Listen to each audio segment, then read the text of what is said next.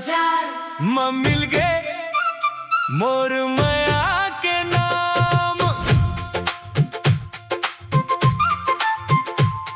पर संगीरे बाजार में आज रंग उतर गए,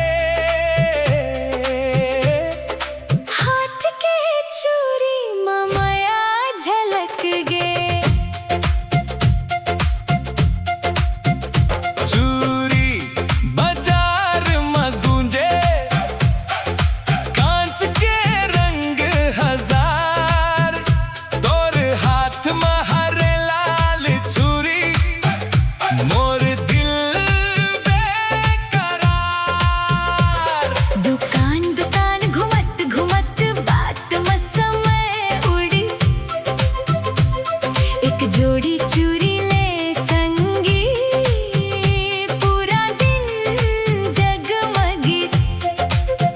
कहाँ खरीदूं शब्द बस नजरा ले काम। चूरी बाजार मिल गए मोर माया के नाम। चूरी बाजार में मिल गए मोर माया के नाम, हरे लाल चूरी चमके धड़के मोर अरमान।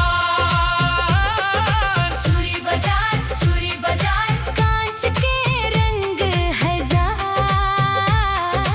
चूरी बाजार मोर दिल बेकरार।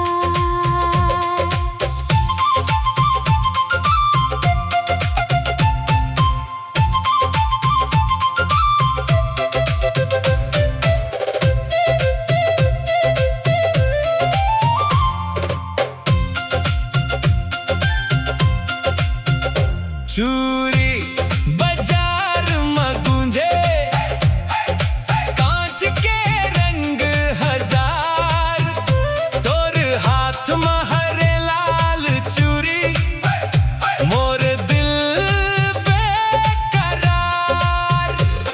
दुकान दुकान घुमत घुमत बात में समय उड़ीस, एक जोड़ी चूरी ले संगी पूरा दिन जगमगिस। कहाँ खरीदूं शब्द बस नजरा ले काम। चूरी बाजार मिल गए